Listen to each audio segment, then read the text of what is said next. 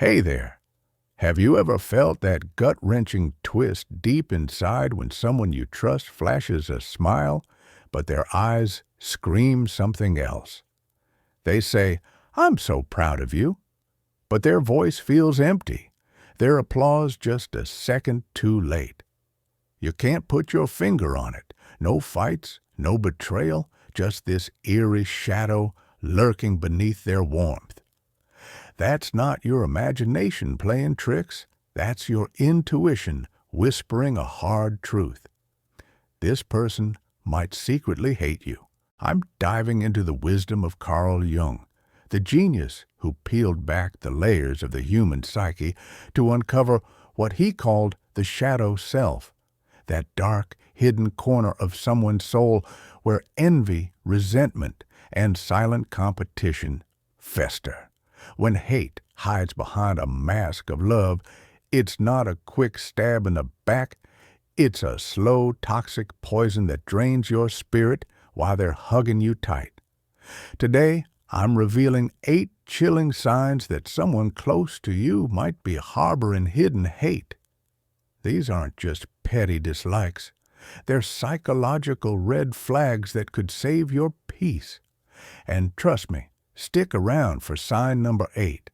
It'll flip a switch in your brain and change how you read people forever. Let's step into the shadows together. Why does this matter? Because ignoring these signs can chip away at your soul. Toxic relationships don't just hurt your feelings, they erode your confidence, cloud your intuition, and trap you in a cycle of self-doubt. Jung warned us that the Jungian shadow thrives in secrecy, projecting pain through emotional manipulation and passive-aggressive behavior. But here's the good news.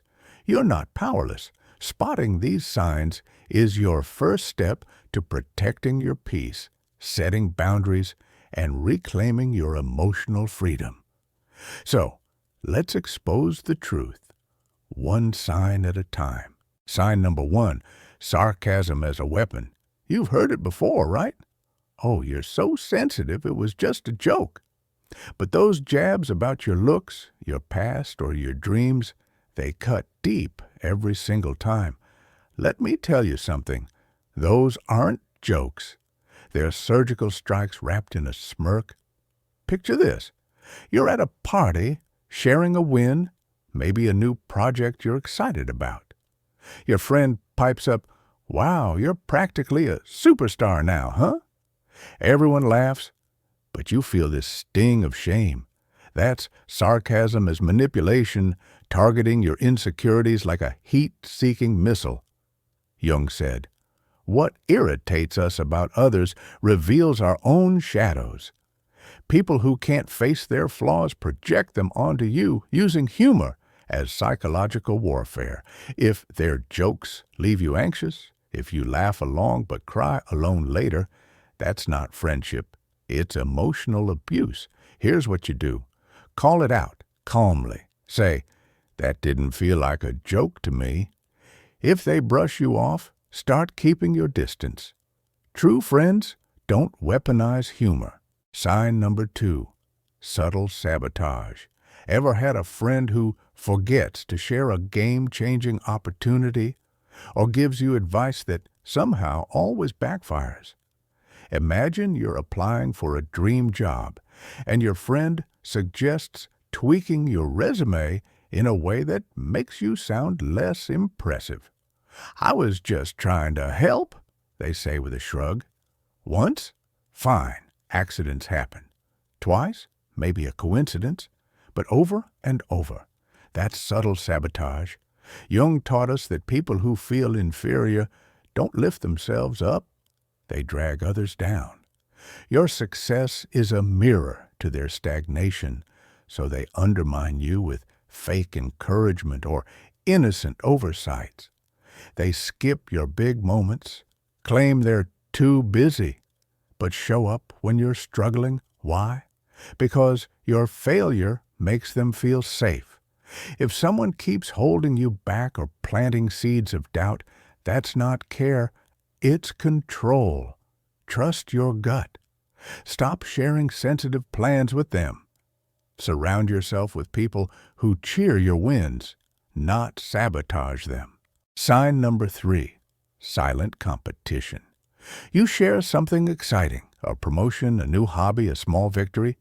You're expecting a high five, but instead, they pivot. That's cool, but guess what I just did? Suddenly, your moment's gone, hijacked by their need to outshine you. That's silent competition, a subtle war where your light threatens their shadow. Jung pointed out that unhealed egos turn every celebration into a scoreboard. Your growth, your happiness, your purpose reflects what they've neglected in themselves. So, they dim your shine with passive-aggressive behavior like a forced smile or a quick subject change. Here's a real example. Sarah tells her friend Emma about a new art project she's proud of. Emma cuts in, "Nice, but I've been working on something way bigger." Sarah's joy fades, replaced by a rivalry she didn't ask for. If your wins spark their need to one-up you, you're not growing with a friend. You're surviving a silent enemy. Stop sharing your victories with them. Find people who amplify your joy, not compete with it. Sign number 4, superficial kindness. They say all the right things. "I'm so happy for you." But their eyes don't light up. Their tone's flat, like a scripted line. That's superficial kindness, a smile that never touches the soul. Jung called this ego dissociation. When someone's so emotionally detached, they can't connect authentically. Real friends show up for your highs and lows, crying with you, celebrating with you. But fake friends? They're ghosts when you need them most, only popping up to deliver rehearsed compliments. Picture this. You invite a friend to your birthday party. They text, "So happy for you," but don't show up, blaming a last-minute excuse. Their absence screams louder than their words. If their kindness feels robotic, if you feel alone despite their sweet talk, you're in a performance, not a friendship. Seek out people whose actions match their words. If their presence feels hollow, prioritize those who make you feel truly seen. Sign number 5, controlling through care. This is for your own good. "I don't want you to get hurt." It sounds protective, but it feels like a cage. That's controlling behavior disguised as care, a masterclass in emotional manipulation. Imagine you share a bold dream, like starting a business. Your friend says, "That's risky. Maybe stick to something safer." Their advice seems logical, but it shrinks your confidence. Over time, you're second-guessing yourself, asking for their approval before every move. Jung explained that people who can't manage their own chaos control others to feel secure. They don't believe in your growth. They believe in their grip over you. If their care makes you doubt your intuition or feel powerless, that's not love. It's possession. Take back your power. Say, "Thanks for the input, but I'm trusting my gut." If they push back, set clear boundaries or step away. Your dreams deserve better. Sign number 6, gossip criticism. You walk into a room and the vibe shifts. Smiles fade, eyes dart away. You feel it. Something's been said behind your back. That's gossip psychology, a coward's weapon to dim your light without facing you. Jung said, "The brighter your light, the darker your shadow seems to others." Insecure people don't try to match your energy. They mute it. They twist your words, question your character, and plant doubts in others, all while smiling to your face. Here's a scenario. Your coworker praises you in person, but later tells others they only got that promotion because they're good at faking it. the rumor spreads, and you feel isolated without knowing why. If you sense whispers or a shift in how people treat you, that's not your shame. It's their insecurity. Don't stoop to their level by confronting gossip. It fuels their game. Rise above with integrity. Focus on relationships rooted in trust, and let their words expose who they really are. Sign number 7. Know joy in your success. They were there when you were at your lowest, offering comfort through your darkest days. But when you start to rise, landing a new job, glowing with confidence, they go quiet. No, I'm proud of you. No real smile, just cold, cool. Jung taught that those who can't rejoice in your joy are fighting an internal war. Your success is a mirror to their stagnation, so they can't bring themselves to clap for you. Think about this. Mark tells his friend about a scholarship he worked hard for. His friend nods, says, "That's nice," and changes the topic. Mark feels a void where celebration should be. If your victories meet their indifference, they don't want you to win. They want you to stay small. Surround yourself with cheerleaders, not spectators. Share your wins with those who lift you higher, not dim your light. Sign number 8, body language betrayal. Words can be rehearsed, but the body never lies. They say, "You deserve this," but their smile's stiff, their eyes avoid yours, their hug feels like a formality.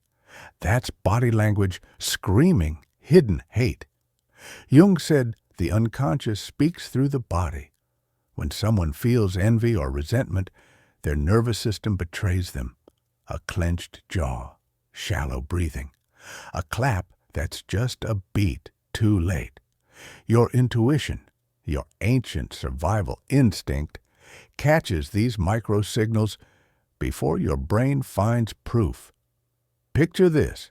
You tell a friend about a promotion, they say, "That's amazing," but their arms are crossed, their gaze drifts, and their energy feels ice cold. Your gut tightens, sensing the disconnect. If their words say "friend," but their body screams "threat," trust your intuition. You're not overreacting. You're sensing betrayal. Pay attention to these signals. If their energy feels off, limit how much you share with them. Protect your peace by choosing relationships that feel warm and genuine. So, what now? These 8 signs, from sarcasm to body language, are your guide to spotting toxic people hiding in plain sight. You don't need to fight them or call them out. You just need to protect your peace because it's priceless, and you've been giving it away to people who don't deserve it. Here's how to take charge. First, set boundaries. Politely limit contact with those who drain you. Say, "I need space to focus on myself." Second, trust your intuition. If something feels wrong, it probably is. Your gut's your compass. Third, surround yourself with light. Find people who celebrate your wins and hold your hand through losses. And finally, practice self-love. Stop chasing validation from those who secretly compete with you. Your worth isn't their approval. Jung put it best. Until you make the unconscious conscious, it will direct your life. By seeing these signs, you're waking up to the truth. Toxic relationships thrive in silence, but your awareness is your power. If this hit home, don't keep it to yourself. Share this video with someone who's felt this energy but couldn't put a name to it. Drop a comment below and tell me which sign hit you the hardest. Was it the silent competition that stole your moment, or the body language betrayal that gave you chills? If you're ready for more raw Jungian psychology and tools to navigate toxic people, hit that subscribe button and ring the bell. We're diving deeper into the human psyche to help you master yourself in a world full of masks. Your journey to emotional freedom starts right here, right now. Let's keep shining.